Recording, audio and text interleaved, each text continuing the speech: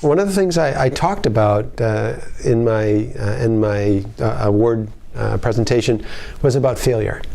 And I want to reinforce that. I want students to hear that and to know that they are going to encounter failure. I'm not aware of anybody who hasn't. Whether it was a problem we couldn't solve on an exam or just barely passing a course, or for me it was banging my head against my research throughout my second and third year of grad school, nothing worked. Nothing worked, and nothing worked. And the previous graduate student of this project had gotten everything to work that I was trying to get to work. So it could be done. We knew it could be done, and I felt like a failure. But I was able to draw on the resources of the people around me to build from there.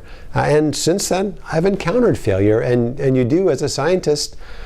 I mean, I feel pretty good. I calculated my hit rate on grants recently. It was 23%. So that means that a little more than 2 out of 10 grants that I write get funded. I'm actually pretty proud of that number, but that also means that almost 80% of what I write doesn't get funded. And so getting rejection is part of this career. It's very hard. It's very hard to read those reviews, but it's very necessary to build for the future. And as students, every student's going to encounter failure, and it might be, academic failure. It might be emotional. You might just not be able to deal with the pressure. I mean, there's pressure in grad school. If I knew how hard grad school was going to be, I probably wouldn't have gone. I'm glad I did. I don't regret it at all. I mean, it's brought me a wonderful life, but it was harder than I expected.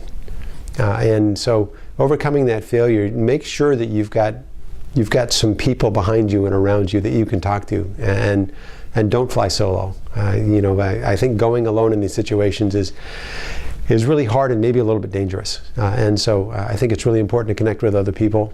And I guess the last thing I'd say is you might find support in places you don't expect. So you may encounter people who on initial encounter, they seem standoffish or hostile or withdrawn from you for some reason.